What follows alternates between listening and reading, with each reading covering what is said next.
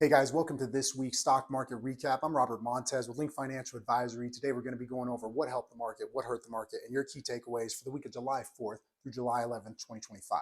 First off, your recap. We saw the stock market here domestically finish down to the S&P down about 0.3%. We saw the Dow Jones Industrial Average finish down 0.6%, and the Nasdaq finished down 0.2%.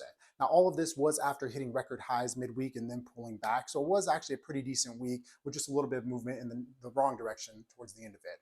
As far as what helped the market, the big thing was the extension of the 2017 Tax Cuts and Jobs Act. This was big for both corporations and individuals. At the corporate level, we saw that the top marginal federal tax bracket be capped at 21% versus the 35% that it was prior to this act in 2017. That was huge for tech-based companies. Think Alphabet, think Microsoft, think Nvidia.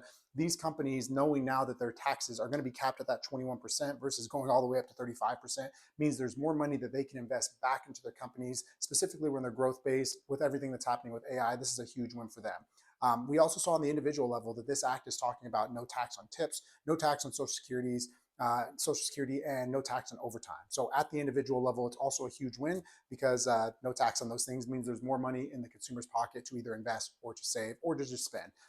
As far as other things that help the market, the Fed talked about lowering rates. I'm pretty sure we'll see that here in the near future after we've had such strong economic indicators. Last week we saw jobs way up above what was anticipated. We saw unemployment down. We saw month-over-month wages up. So all those things are good. I'm pretty sure we'll see the Fed lower rates here in the near future.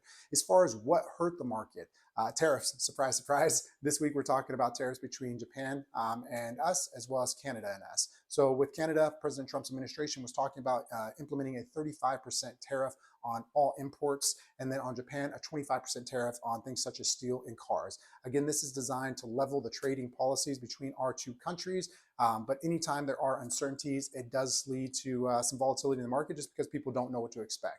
As far as key takeaways for you, the investor, moving forward, I would say continue to pay attention to what's going on with tariffs. That's going to be the big one. We've been talking about it all year. We'll probably continue to talk about it for the foreseeable future. I'd also say continue to pay attention to economic indicators. Right now, they're great, but if that shifts, that can definitely have an impact on what's going on with the market and maybe how you want to have your portfolio set up. If you are not involved or wanting to be involved in the weeds, maybe look at hiring a professional. Hint, hint, wink, wink. We're here to help with that. We'd love to talk to you guys. We'd love to be a value-added resource for you guys, give you a solid second opinion on what you're doing, and maybe show you some things that you're missing. If there's anything I missed, guys, let me know. Please consider hitting that like button. It does help us a ton. Until next week, guys, thank you so much for watching, and we'll catch you then. Talk to you then. Take care, guys.